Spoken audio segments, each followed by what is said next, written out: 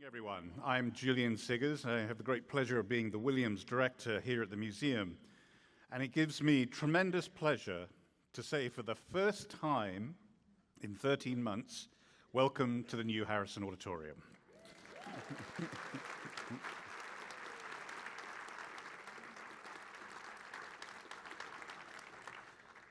Over the last year, as many of you know, this historic space has been restored to its original splendor, with important updates for the 21st century.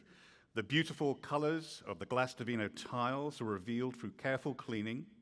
The stage was completely rebuilt, and we added air conditioning, which I know we will all look forward to in the summer. The many programs hosted in this space will be illuminated by the restored starburst lighting fixture right here above you, as well as new stage lighting.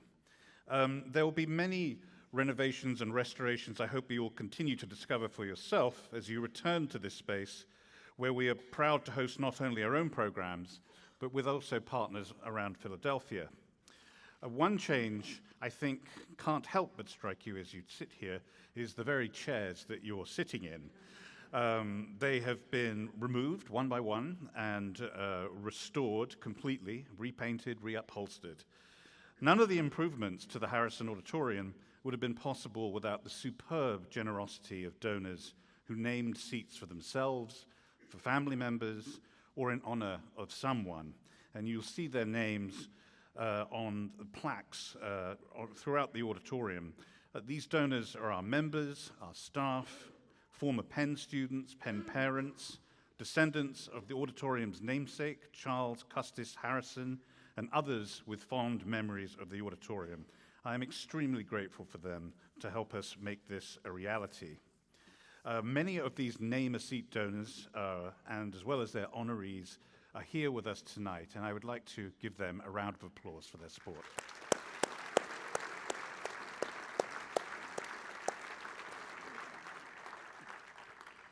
Now, these renovations to the Harrison Auditorium were an important part of the first phase of our building transformation project, which has utterly transformed our main level with our reimagined galleries there, which of course started with the galleries of the Middle East last year.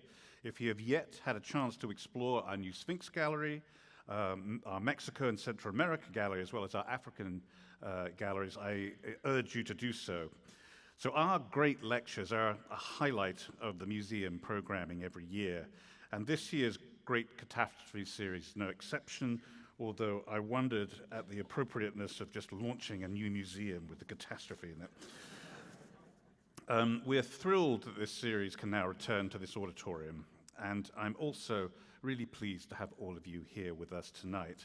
And it is my great pleasure to introduce my good friend and colleague, the preeminent archaeologist, Dr. Brian Rose.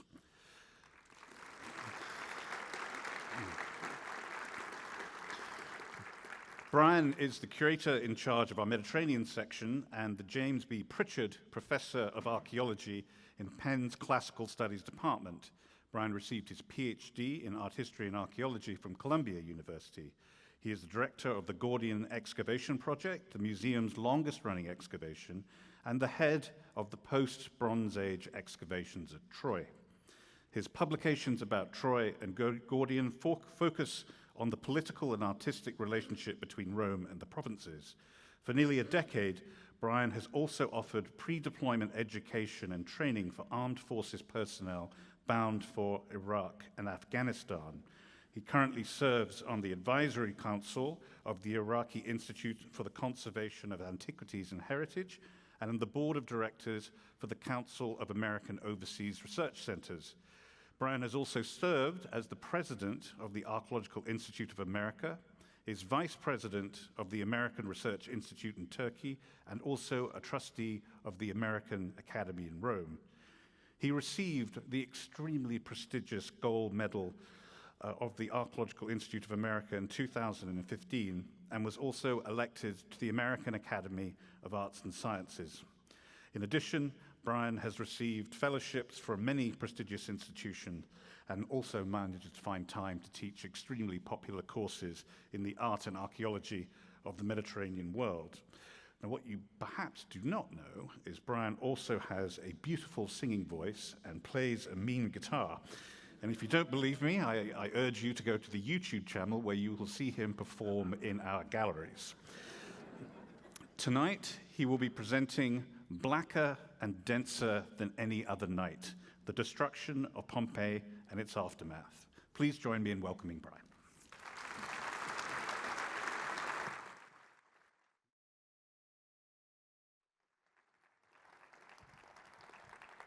Thank you, Julian, and it's wonderful to see so many of you here to celebrate not just the opening of the Harrison Auditorium, but also the destruction of Pompeii, which will be the focus of the talk tonight.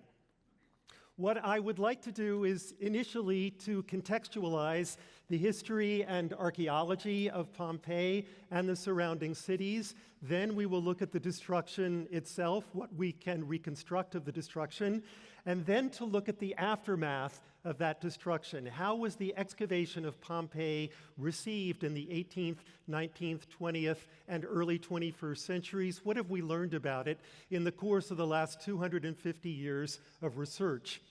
So we'll be looking at an area that lies 150 miles south of Rome, and we'll be looking primarily at Pompeii, although on occasion at its neighboring city of Herculaneum, both of which were destroyed by Mount Vesuvius, probably on October 24th, 79 AD, a later date than we had thought, and I'll say more about that later.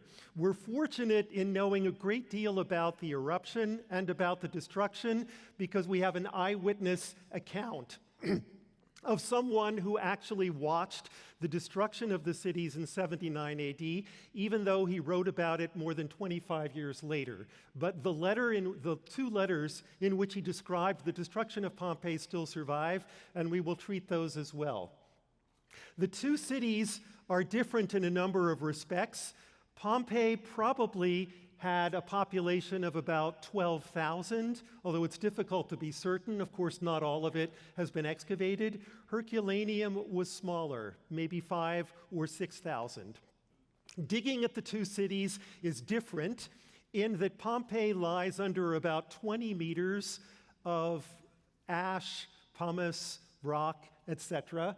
Lies about 5 meters under rock and ash, and Herculaneum is under 20 meters of rock and ash and pumice. So it's easier to dig at Pompeii because you've only got 5 meters of deposits above the ancient city. Herculaneum, you have 20 meters above the ancient city, as well as the modern city of Herculaneum, which is why only about 25% of Herculaneum has been excavated versus about 2/3 of Pompeii. We don't actually know where the name Pompeii comes from. It could be an Oscan word. The Oscans was the language of a native Italic people living here probably in the 6th century BC, which is when we get our earliest remains here. The same is probably true of Herculaneum. The name of Herculaneum, however, certainly comes from Hercules, or Heracles in Greek, who was a hero who moved through this area and indeed through Rome at some point in the Bronze Age. So Hercules was always one of the primary deities of this area. Now, we know a great deal about ancient Roman life because of the excavations in these cities. We not only know how they lived, what the decoration of their houses looked like, what their bakeries were like, what the banking system was like, what the bankers were like, how they fought in the amphitheater, but we also know how they died. Because when the city was excavated in the 19th century, the director of the Naples Archaeological Museum realized that he could pour plaster in the cavities left by the decomposed bodies and see exactly what they had looked like at the moment of their death. So we have a perspective on Pompeii that we have on no other ancient Roman city. What we know especially is how they lived in their houses. And I want to start out with housing in Pompeii because that really is something that we can reconstruct with a great deal of certainty and in minute detail. We close our doors When we're not home, or when we are home, we close our doors. They didn't close their doors during the day. They left their doors open to the street because they wanted people to see how long the line of petitioners was. So people would come to these wealthy houses to ask the paterfamilias, the owner of the house, for favors, possibly economic, possibly social, possibly political, but they would ask him for favors. And that man would want his neighbors to see how long the line of petitioners was. So you needed to leave the door open in order for that to happen. So it was a different attitude toward privacy than we have now. One would have gone through the doorway into the atrium, about which I'll say a great deal more later, then into a tablinum, a kind of living room, and then into a peristyle garden, a garden surrounded by columns. Sometimes, if you had enough money, there were 2 of these, and sometimes even 3, and I'll say more about that again in time. Now, the entrance to the house. What sort of message did you want to convey to those who were approaching your door for the first time? It's a different kind of message than we typically convey to those who approach our doors.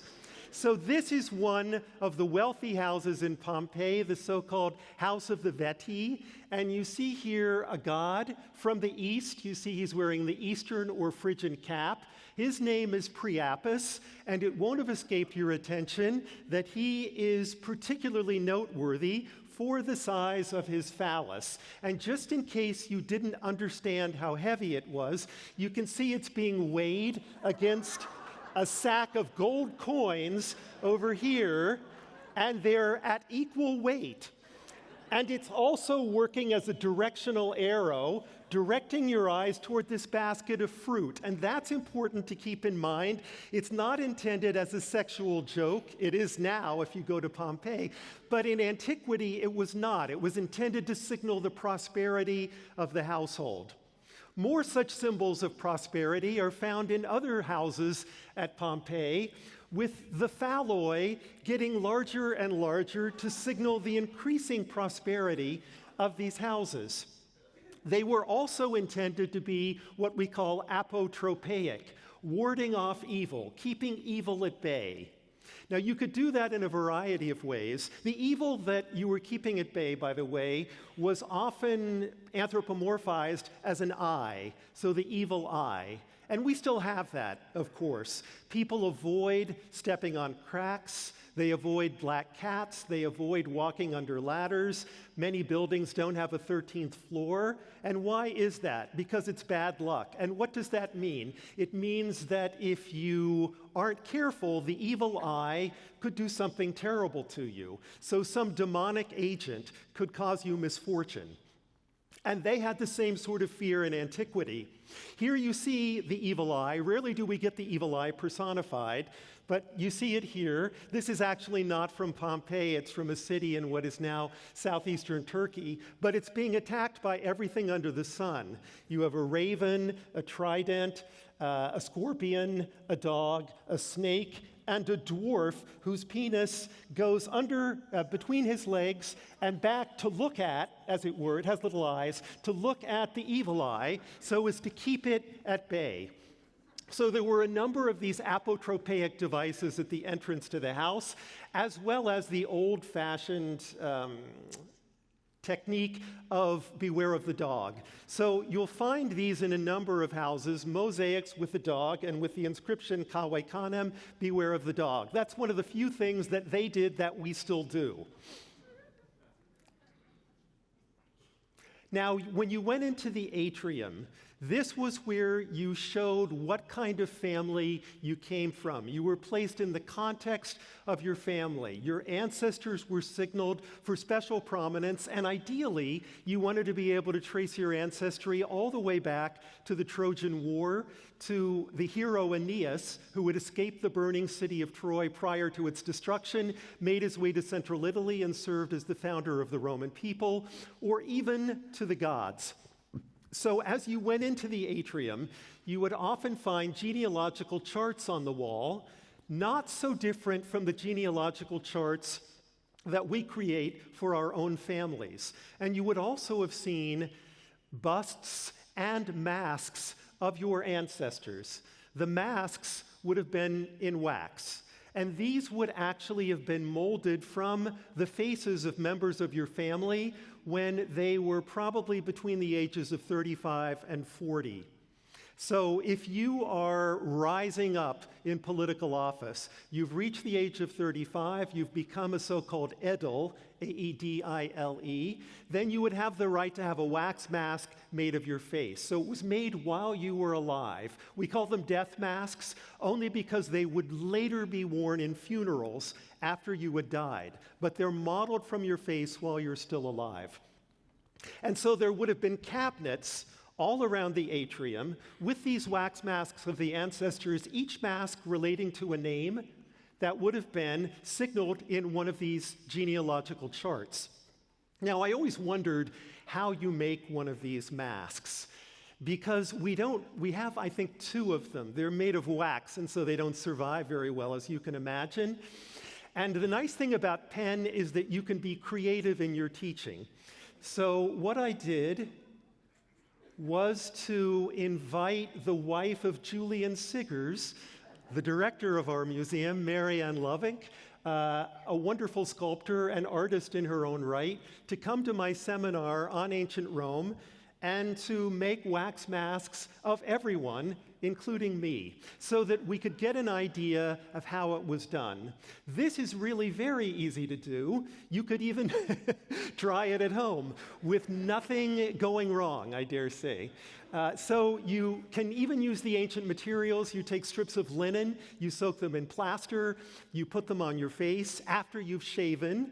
Yeah, this is key. Shave first, coat your face with olive oil, and then put the linen strip soaked in plaster on your face. That will harden into a mold, a mask and a mold, and then you would paint melted wax on the interior of the plaster mold, let that harden, pull out the wax, which would now be a mask, from the plaster mold. This is me, by the way, as you've already gathered that. And then you paint it because the ancient writers tell us that these masks were extremely lifelike. And then you have an exact copy of your face that would have gone in one of these wax cabinets. And then when one of these cabinets for the wax masks, then later on, long after you were dead, when someone in your family was celebrating a funeral, that wax mask of you would come out. It would be worn by someone in your family who had the same stature, the same build as you did. And so they would all march across the forum or wherever the funeral was happening wearing these masks. And I know what you're thinking. You're thinking that everyone would then have looked like an axe murderer. And perhaps that's true, but as I do here. But the whole idea was to get the encyclopedic expanse of your family, your complete ancestry on display anytime someone in the family dies. And all of this was being signaled in the atrium. Now, what about the dining room? We know a lot about dining and food and recipes and eating because of the excavations at Pompeii. We also, of course, have bakeries that have been excavated. We have over 30 bakeries. I think the last count is 34 bakeries, which are scattered all over the city. And here, too, in the bakeries, you have phalloi. This is not the actual phallus from this particular bakery, but there is a phallus carved on the oven with the inscription, "Happiness lives here." And it's not referring to romantic interludes between baking spells. It's simply an indication of the prosperity that envelops the bakery. In one of these bakeries, there were over 80 loaves of bread that had just been baked. And of course, that no one would have eaten because that was the day that Mount Vesuvius erupted. And they were stamped as well. These bakeries were run by slaves, so it's not surprising to see it stamped by a slave, property of Keller, slave of Granius Verus. Now, in addition to the bread, what else was going on? Some of these bakeries were in the catering business as well. And we also have a cookbook from the 4th or 5th century AD, which purports to be a copy of the recipes of a gourmet named Apicius, who allegedly lived in the 1st century AD. So a kind of Julia Child or galloping gourmet from 2,000 years ago. And so we have his recipes, and we also have a wonderful novel called the Satyricon, written by a Roman writer named Petronius, which many of you have read, which also gives us recipes.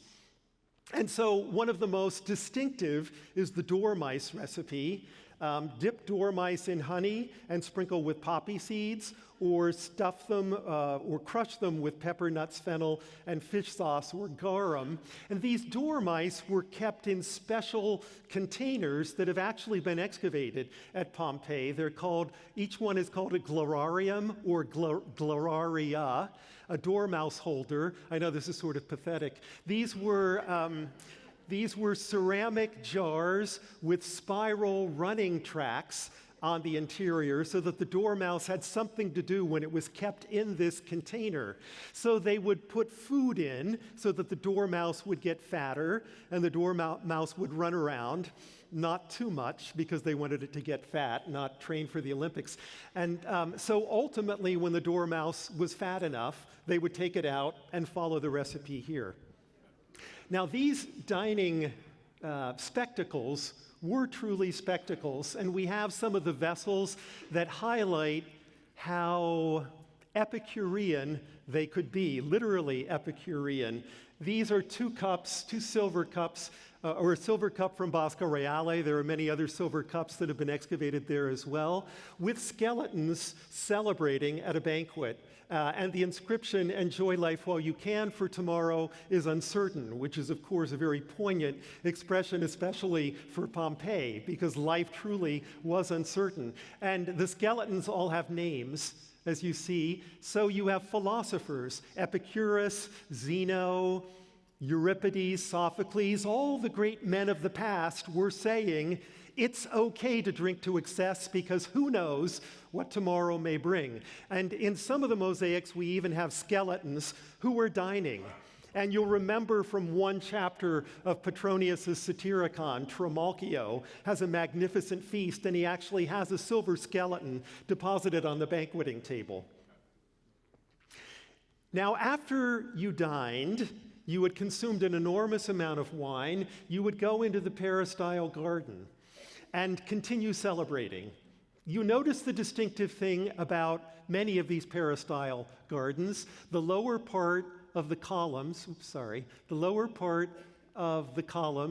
is unfluted.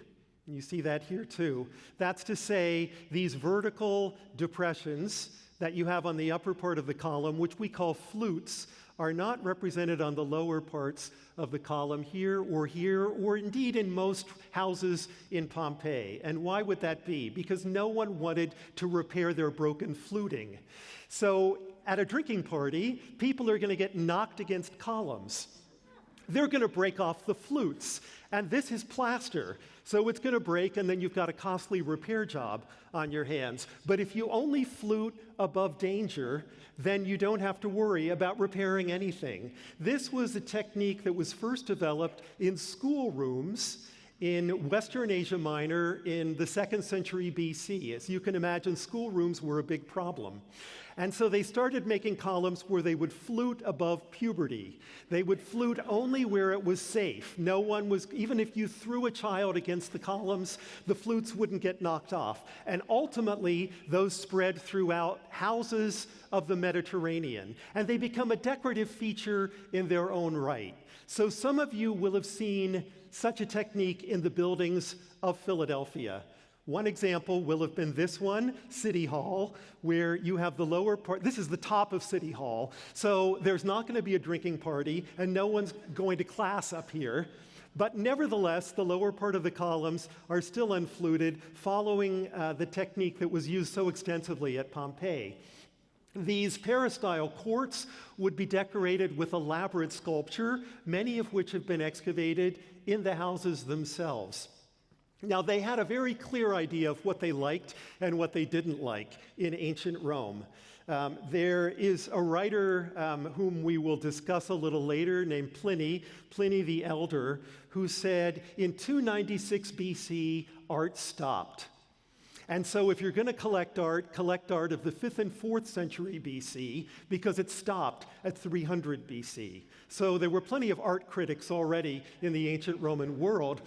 And to collect that art meant patronizing the art market or patronizing or allying yourself with someone who could loot a site in Greece where those sculptures of 5th and 4th century BC date were still to be found.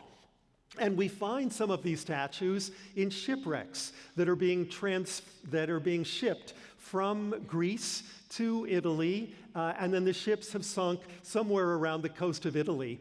And the most prominent examples, this is from the early 80s, from the site of Riace in southern Italy, where just under the water, these were not deeply buried, there were 2 statues that were found. You see them here in the conservation lab, and then here, one of them after the conservation had been completed. These date to about 450 BC. Someone will have plundered them, or they will have been sold by a city that was hard on its luck to someone in the art market, and they would gradually have gone on ship to Italy only to be sunk here. But had they not been sunken, they would have gone into a peristyle court for decoration. What is off these peristyle courts? Elaborate mosaic floors, and some of them have a political theme.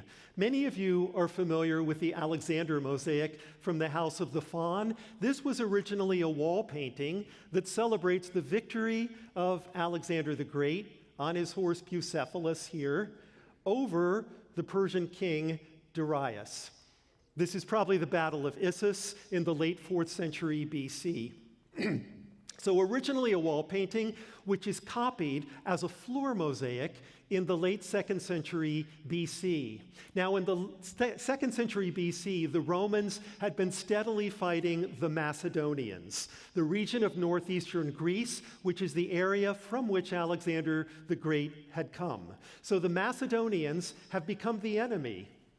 And the other enemy were the Parthians, the successors of the Persians, whom you see signaled out over here with these elaborate tiaras.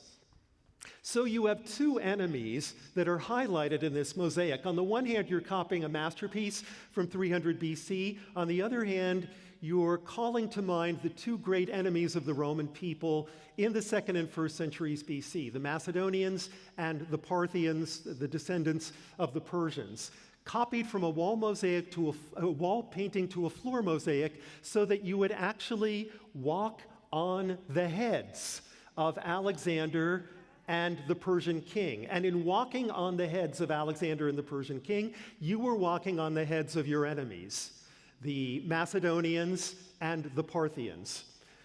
We tend to think that this is something that we don't do anymore, and we don't do it here in this country, but it is still done. The most prominent example I know of that's analogous to this kind of act would be in Baghdad, the vestibule of the Al-Rashid Hotel. After the First Gulf War, what Saddam Hussein did was to go to the vestibule of this 5-star hotel and install a mosaic of George Bush from the early 1990s, so that everyone who came into the hotel had to walk on the head of George Bush upon entering the hotel. Not unlike the people in the House of the Faun in Pompeii would walk on the heads of the Persians and the Macedonians. This, of course, has now been taken away, as you can imagine. But it's the same sort of idea. Many of these people were literate, and they wanted you to know that by the decoration of their homes. So we see them grasping scrolls or with diptychs, wax tablets, holding a stylus, and the same sort of thing over here. And they would emphasize literacy for both the men and the women in the family. We have about 10,000 pieces of writing that have been found at Pompeii, so probably far more people were literate than we think. Now, sometimes we have a lot of writing that still survives. This is from the house of the banker, Caecilius Jucundus, where we have in his attic 150 banking records, 35 years of banking records that were abandoned there. And here you see one of these wax tablets. They would write in the wax, and then once you had finished it, you would close the diptych, and it would go into the attic. We also have plenty of slogans that adorn the houses of Pompeii. There was a great deal of advertising, not just political advertising, but advertising by donors. Now, in a sense, I suppose we still have this.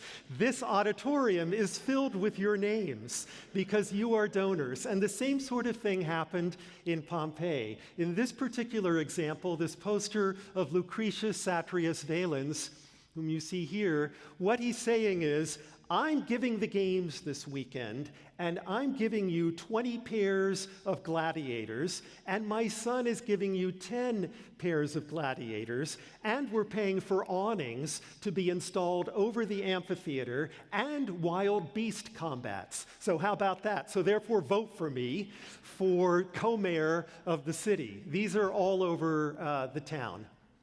Now, sometimes we have an unusually large number of scrolls that still survive, the most prominent example of which would be the so-called Villa of the Papyri, the house of Calpurnius Piso, Julius Caesar's father-in-law. You see a part of it excavated here.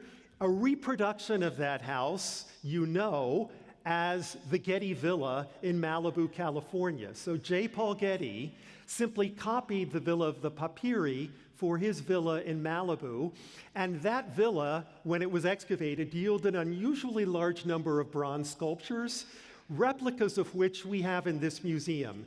You see one of them here, and if you were to go to the courtyard entrance, the treasure entrance, you would see a number of additional copies of these bronze sculptures that showed up here. Now, what's astounding is that we have a series of boxes that contain the papyrus scrolls of a library, and they are the writings of a philosopher named Philodemus of Gadara. Gadara is in northern Jordan, and this was a man who lived in the 1st century BC. There are over 1,800 of these scrolls, which are, of course, burned because of the destruction of Herculaneum, which is where this villa is located. And unrolling burned scrolls of this sort, as the conservators in this room will tell you, is no mean feat. And many of them were destroyed in the attempt. But now with multispectral imaging, we can determine the writing more easily than ever before because the chemical configuration of the writing, of the ink, is very different from the soot, the blackness that surrounds the ink. So we're reading more and more of these scrolls every day.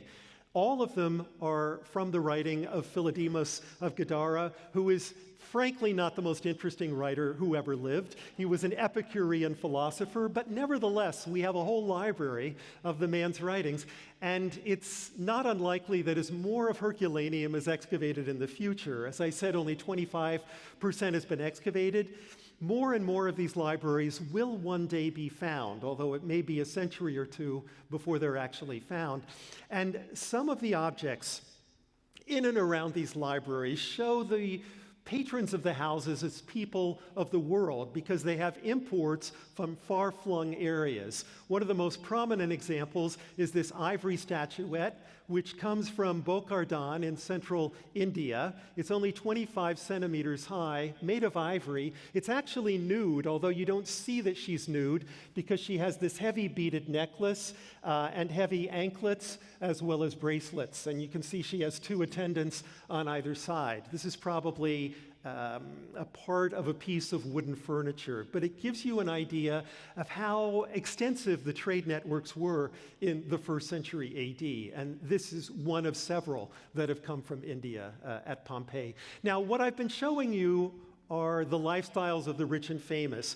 What if you didn't have a lot of money?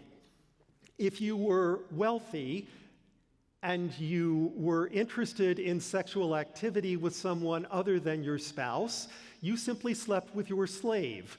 That's what was done. But those in the lower classes or lower middle classes would go to the brothels. Many would say that there are many brothels at Pompeii. There, in fact, is only one brothel that we feel we can be certain of. It's near one of the baths, the Stabian baths, and it is hardly well appointed. I mean, it is, I suppose, as far as brothels go. But you have a masonry couch here. So this would have had a straw mattress on a stone couch. There was a little lavatory with a curtain to the side, and erotic paintings that adorned the walls. Some will also say, you'll hear this from some of the guides in Pompeii, that every time you see a penis carved in stone, that's pointing the way to a brothel. That's perfectly ridiculous. As you know by now, these are simply a sign of abundance, of fertility, and they're apotropaic in function. So you're in the middle classes, the lower classes, you would go to a brothel, you would go to the bath, and then you would go to the amphitheater to watch these gladiatorial games that Satrius Valens had paid for. This is the oldest stone amphitheater that has ever been found, dating to roughly 80 BC, and probably built right after Pompeii becomes a Roman colony, which is around 80 BC. We hear a lot about this amphitheater because of the battles that happened here, or the fights, I should say, that happened here. There's a famous painting from 59 AD that refers to an episode that we also know about from the writings about the entertainment life of ancient Pompeii. With these games, there were, of course, teams, and people would root for different teams, and sometimes things would get out of control in the way that they still do. And so there was a horrible fight between the Pompeians and the Nucerians at one of these games. And so the Senate of Rome forbade any more gladiatorial games for a 10-year period, a 10-year moratorium on gladiatorial games, because the people behaved like animals at sporting events. Now, the people, and that also hasn't changed necessarily depending upon what you're focused on, but certainly not Philadelphia.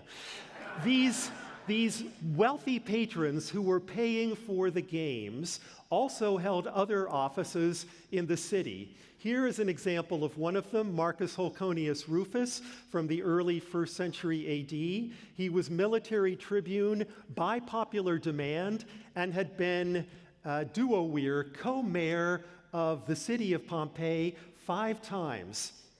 And so the city wanted to set up a statue of him that would celebrate his beneficence, his magnificent benefactions to the city. And of course, since he was military tribune, he's presented here in a military guise with a military breastplate and with 2 griffins on the front of that breastplate. Now, if you look carefully at the statue, does anything look strange about this to you? Yes, he's a pinhead. You've already noted that the head is too small for the body. And what happens to make that occur? This is something that you'll find throughout ancient Roman sculpture. If you've got a statue of someone, let's say Caligula, who reigned from 37 to 41, who was fallen out of favor, and his portraits are slated for destruction, why bother destroying it? You could simply cut it into the portrait of somebody else and put it in a pre-existing statue type, like this one. All you need to do is add some wrinkles around, some crow's feet around the eyes, wrinkles on the brow, a few horizontal lines on either side of the mouth. You cut back some of the hair, and you have Holconius Rufus from the statue of Caligula, and you didn't have to pay much at all because you're just editing a pre-existing portrait. And that works fine, except when you put it on the body, it does make your patron look like a pinhead, so that sort of defeats the purpose of the honorific statue. But nevertheless, they did it repeatedly throughout ancient Rome. They didn't like to waste marble if they didn't have to. Now, there were signs of disaster in Pompeii already in 62 AD. There was a terrible earthquake that we see depicted on a relief from the household shrine in the house of Caecilius Jucundus, the banker, who had all those banking records in his attic. And you see the buildings tilting. This is the Capitolium, the temple of Jupiter, Juno, and Minerva in the center of Pompeii, and you see two equestrian statues on either side and someone making a sacrifice here, but the buildings are clearly, they have been damaged in the earthquake. And some of the buildings were still not repaired when disaster struck in 79 AD. When this happened, when the earthquake happened, there was some relief from Rome, but Rome had its own problems. That would be the Great Fire of 64 AD, coming 2 years after Pompeii's earthquake. You all know about this fire, where Nero fiddled while Rome burned, allegedly. This, of course, is Peter Ustinov, not Nero, but it really is the same thing. So a great tract of central Rome was destroyed, and that hindered Rome's ability to assist other cities that had been damaged by natural disasters. Now, when we move forward to 79 AD, it looks as if there had been tremors or there had been some sign that disaster was on the horizon. A number of buildings had been damaged, conceivably in tremors in the past 2 months. Because in some of the houses, we find buckets of mosaic tesserae, little cubes of mosaic that are intended to repair mosaics, buckets of sand, buckets of lime. Clearly, they're repairing structures that had recently been damaged. None of them was prepared for what would happen on what is probably October 24th, 79 AD, when Mount Vesuvius would erupt. None of them in this area had seen an eruption like this. The last time Mount Vesuvius had erupted in any kind of major way was 1,500 years earlier. So that's in the Bronze Age, in the second millennium BC. And so when it erupted, they weren't quite sure what was happening. We get an extensive description of this, 2 letters in fact, from a writer named Pliny the Younger, who was a witness to this disaster in 79 AD, was unharmed by the disaster because he was witnessing it from across the Bay of Naples at the age of 18. His uncle, Pliny the Elder, who was the commander of the naval fleet in the area and also a great writer. He wrote an encyclopedia of natural history, which probably some of you have read. He wanted to go off to help friends of his who petitioned to him for assistance and also to observe what was happening because he had written this encyclopedia of natural history. So he went off and ultimately was killed as Pliny the Younger watched it all happen from the safe point of Misenum, 35 kilometers west of Vesuvius. Now, he watched all of this happen when he was 18 years old. He didn't write it down for another even more than 25 years, probably not until 106, 107 AD, when he wrote to the historian Tacitus about what had happened. But it is nevertheless an eyewitness account. So he's the one who refers to the day, not the night, but the actual day, as blacker and denser than any ordinary night, because the eruption starts in the afternoon, continues through the evening and the night, and less than 24 hours later, it's all done, and life in the towns have been extinguished. So he refers to the shrieks of the residents of the city and mentions that many sought the aid of the gods. Others wondered whether there were any gods who still survived, and he felt that the entire world was dying. These are very moving letters that describe the destruction of a whole area, even though he doesn't specifically name Pompeii and Herculaneum. Now, this is a chart that will take you through the destruction. In early afternoon, pumice begins to fall on Pompeii, and we're not talking just a little bit of pumice, we're talking over 100 million tons of pumice as the afternoon progresses. Now, this is all falling on the roofs of Pompeii, which are sturdy, well-built houses, but nothing is going to withstand the weight of that much pumice. And then in the course of the evening, late evening, night, and overnight, we get pyroclastic eruptions, pyroclastic surges. So molten rock and ash, poisonous gases, all enveloping Pompeii and Herculaneum. And so by early the next morning, it's done. We estimate that about 62% of the population died because of the pyroclastic eruptions enveloping the city. And probably a little over a third, 38%, died because they sought shelter in their homes and the roof collapsed under the weight of all of this pumice. We can also put it in context. Mount Vesuvius' eruption produced about 4 cubic kilometers of ejected material. If we compare that with Thera or Santorini, in the late 17th century BC, 60 cubic kilometers of ejected material. So as bad as it was, the Mediterranean had seen far worse. Many of you have been to Thera or Santorini. As you see here, the entire interior of the island sank beneath the waves, and this is often associated with the myth of Atlantis, which of course in the story sinks beneath the waves. We can also compare it with more modern disasters. Here you see Vesuvius, far worse than the eruption of Mount St. Helens in 1980 in southern Washington state, where 57 people died, but far less serious than what we find at Krakatoa in 1883, which was truly catastrophic. Now, in the course of excavations, which start in the middle of the 18th century, they found the cavities left by decomposed bodies. And Giuseppe Fiorelli, the director of the Naples Archaeological Museum in 1860, realizes that he can pour plaster in these cavities and get an exact replica of what people were doing at the moment when they died. Were they grabbing their spouses, their children, their life savings, combination of both? We find all of these. What do you grab when you know that life, your family's life, is about to be extinguished? These, of course, have become museum objects in their own right and are often used for traveling exhibits.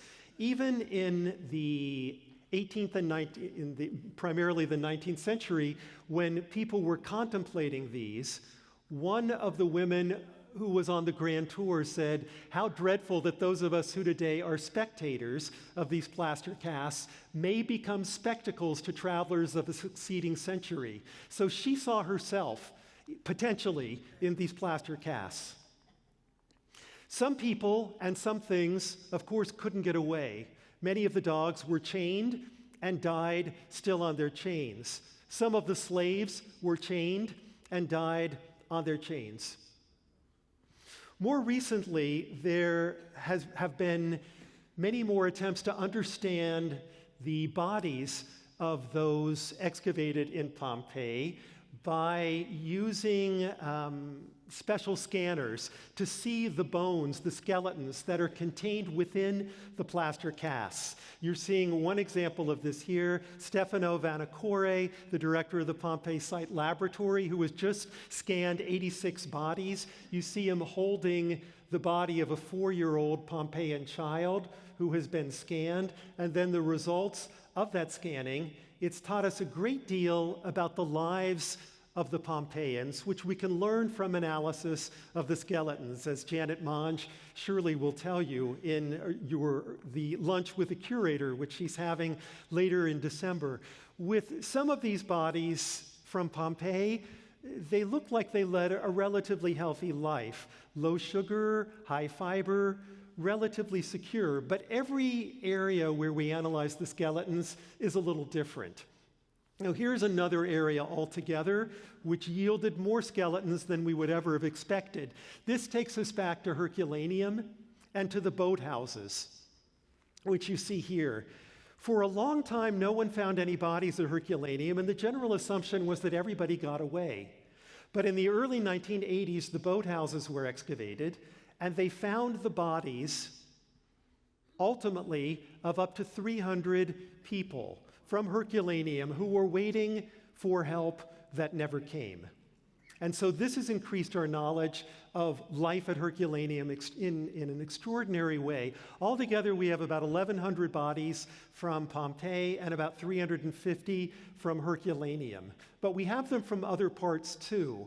Aplantis is yet another city in the general area that was destroyed in the eruption of Vesuvius. This was some sort of emporium, probably connected to wine production, and it was found during the construction of a school. We make some of our best discoveries when modern developers come in and start building new buildings. This is especially true in Rome with the excavation for the new subway line, Line C. That has yielded some of the best discoveries we could ever have hoped for. And the same is true for Istanbul and for Athens. Whenever the subway people come in to dig the subways, and fortunately this is the Mediterranean, so the archaeologists have enough power to say to the developers, go away, I'll call you back when it's published, and when it's completely excavated.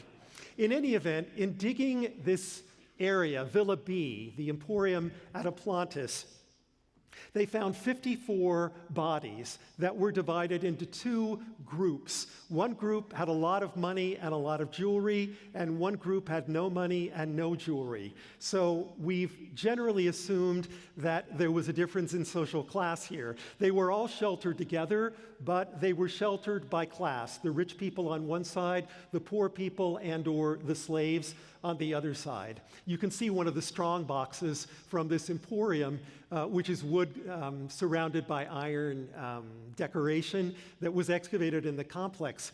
Within this group of skeletons were twins, the bodies of twins between the ages of 10 and 12, which had congenital syphilis.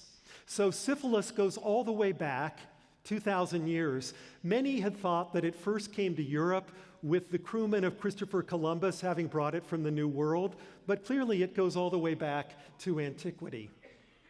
Now, I've referred several times to the date of the eruption. Pliny the Younger says that it was August 24th, 79 AD, and this is what we thought until last year when a new house was excavated, which had an inscription written in charcoal. This is from a house that was being repaired at the time of the eruption. I refer to the amount of repair that was going on in the city, and it refers to 16 days before the Kalends of November, so October 17th. You see it right here. This is charcoal, lightly incised on the wall to indicate when the repair was happening. So it had to be after October 17th, and charcoal is not going to last very long. This is a temporary label just to tell the workman what had been done and when it had been done. So the general assumption now is that probably the eruption happened a week after this, that Pliny had it off by 2 months, not August 24th, but rather October 24th. And keep in mind that when Pliny writes his eyewitness account of the event, it's written more than 25 years after the event had actually occurred, and this works well with what we found in the excavations of Pompeii more recently, where people are wearing heavier clothing, the clothing that you would wear in late October that you wouldn't wear in August. And that also fits the profile of the kinds of fruits, which are autumnal fruits that have been found in the excavation, not the fruits that you would find in August. Now, did anybody come to help after the eruption? No. Rome had its own problems. So by the time word had reached Rome that Pompeii and Herculaneum and the entire Campanian region was in trouble, it was too late. And right after the destruction in Pompeii and Herculaneum, we have yet another cataclysmic fire that's sweeping through Rome during the reign of the Emperor Titus, whom you see here. So no one is beating a path from Rome to Pompeii to try to reconstruct the city or to build it anew. No one is beating a path there except the looters. So we have tunnels moving into Pompeii and Herculaneum with coins from the 1st through the 4th centuries AD. So the looters knew what was there, they knew what they stood to gain, and they tunneled in to get it, as looters will tend to do. What were they hoping for? Jewelry, probably, as well as whatever coins they could find. This isn't one of the graves that was found by the looters, but it's what the looters would have hoped to have found. This is the so-called ring lady from the boathouses of Herculaneum, and you can see the rings and the gold bracelets that she's wearing. Emeralds, rubies, gold, all of this was there for the taking if you could tunnel through 5 or 20 meters of rock and pumice and ash. Now, the site is first discovered again while digging a water channel in the late 16th century. But major excavations don't really start until the middle of the 18th century during the reign of Charles VII, King of Naples and Sicily, who was really interested in decorating his palaces. And what better way to decorate your palace than to pull the bronze sculpture from Pompeii, Herculaneum, and the surrounding cities? So we get extensive excavations starting now, but it's really treasure hunting more than something that you would actually call excavation. This is, of course, a watershed moment in Europe, really pushing the neoclassical movement to the fore. It sparks the introduction of the Grand Tour, where aristocratic men, primarily men, from London and Paris would go to Rome and Pompeii and Athens and Constantinople to look at the wonders from the ancient world that were steadily being discovered in the course of the second half of the 18th century. And you can see these wonders highlighted in paintings that would adorn artist studios, such as this one from Panini in the second half of the 18th century. And that's also when we get our first public museums, the Vatican, the British Museum, the Louvre. They're all being open to the public, being established and open to the public in the second half of the 18th century in the wake of this massive excavation of Pompeii and Herculaneum. And so as they were digging Pompeii and Herculaneum, what were they finding? Penises. And they weren't expecting to find that. And so when Francis I, the king of the two Sicilies, comes to power, he realizes that something has to be done because there's too much erotic sculpture and painting coming out of the excavations of Pompeii. So he establishes this special room, the Gabinetto Segreto, in the Vatican, where all the erotic art would go. And it was to be opened only to men, and opened only to men of the finest moral character. Only they could see the images that were coming from Pompeii. And that is no longer the case. Everybody, whether male or female, whether upstanding characters or bottom of the barrel, you can all go in that room, but that room still exists as the Gabinetto Segreto. Meanwhile, the tourists continue to come throughout the 19th century, especially after these plaster casts are made of the cavities in Pompeii, and they even build a funicular up to Mount Vesuvius for the tourists. And you're all familiar with this, the funicular's introduction in 1880, for which a new song was written, Funiculi Funicula, celebrating that funicular to the top of Vesuvius. Meanwhile, in the middle of the 19th century, not all is going well in Italy. The French are attacking Rome in 1849. This is in the middle of Giuseppe Garibaldi's attempt to unite Italy under one banner as the country of Italy. And the French come in a way to assist the papacy, which since the Pope has been pushed out in this nascent Republican effort. And so there's an exodus of great artists in the middle of the 19th century trying to get away after the French attack, one of whom is Constantine Brumidi, who comes to Washington. And he has observed the paintings of Pompeii and all of the representations of the leaders of Pompeii. So he's commissioned to paint the apotheosis of George Washington on the underside of the dome of the Capitol, and also to decorate the Naval Affairs Committee room. And you see what he's done. He's simply taken this Maenad, this assistant of Dionysus, who's carrying a staff topped with a pine cone, and he's simply shifted that so that she's carrying the American flag. But otherwise, it's exactly the same. So we get little Pompeii developing in Washington as a result of these emigre artists. The site suffers even more consistently in the middle of the 20th century, especially during World War II, when there are over 150 Allied bombs that fall on Pompeii, badly damaging Pompeii, and of course destroying the Abbey of Monte Cassino, 80 miles south of Rome, which gives rise to the so-called Hague Convention during the presidency of Dwight Eisenhower. And right after all of these bombs explode in Pompeii, Vesuvius erupts again in 1944, destroying the funicular. So no one is singing Funiculi Funicula anymore at that point. But there's all of this destruction, which is something that we're still wrestling with. And of course, one of the problems with the economy roaring in certain countries is that the amount of tourism in Italy has skyrocketed.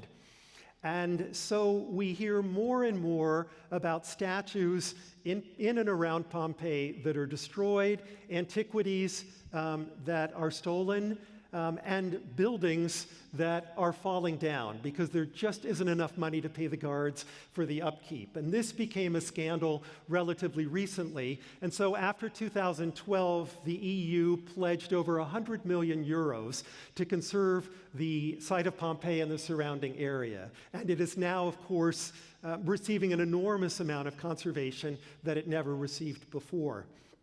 By way of conclusion, I just wanted to highlight what Pompeii is being used for now, how you find these casts being employed, and how you find the city being memorialized in exhibits. This is one commemorating the destruction of the eruption of Mount St. Helens in 1980 at the Cleveland Museum of Art in 2013, where the plaster casts were brought in to place the eruption of Vesuvius and the eruption of Mount St. Helens side by side. You also get sculptors such as Anthony Gormley, the British sculptor Anthony Gormley, creating images that are modeled on the plaster casts of Pompeii, this being a case in point, critical mass. This is an exhibit that went to the museums in Bosnia as a way of placing side by side the horrific loss of life in Bosnia with the equally horrific loss of life after the eruption of Mount Vesuvius. And of course, Hollywood gets into the mix as well. In the early 20th century, we get The Last Days of Pompeii, which essentially says the people in Pompeii were wicked, and so Mount Vesuvius erupts to punish them, and only the Christians got away because they were virtuous. That's basically the theme of the movie. Then if we go to the late 1950s, you get Spartacus, about the injustices visited upon the slaves of Rome in the 1st century BC and their struggle for greater justice. This is being done right after Rosa Parks refuses to give her seat up on the bus, and civil rights are becoming an issue of conversation throughout the nation and indeed throughout the world. And this is a kind of ancient commentary on this burgeoning social phenomenon. If you look around now, you see Pompeii connoting the concept of wealth, whether it's Caesar's palace or Pompeian facades used for Gucci stores, or the recreation of the Villa of the Papyri in Herculaneum for the Villa of J. Paul Getty. So I hope as you've listened to this lecture, you've gotten a sense that Pompeii is not just a city that was destroyed 2,000 years ago. It really is a concept, not unlike Troy, that can easily be molded and recontextualized without much difficulty to make a more powerful statement about religion, about society, about race, about wealth, and about the tragedy wrought by natural disaster and by war. And that, I suppose, is what makes it timeless. Thank you for listening to me tonight. Thank you for your support of the museum.